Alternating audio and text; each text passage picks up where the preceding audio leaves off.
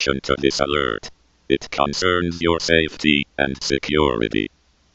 This message has been composed by consensus of the O5 Council. We represent a non-governmental organization called the SCP Foundation.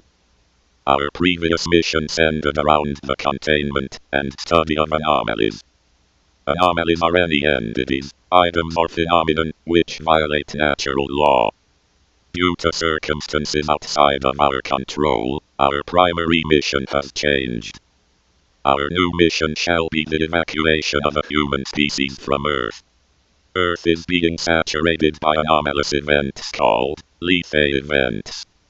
Lethe events alter a large number of people's minds and delete a random concept.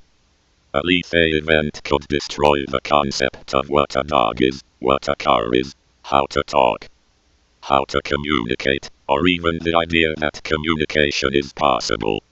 Absolutely any concept can be randomly destroyed from the mind of any person.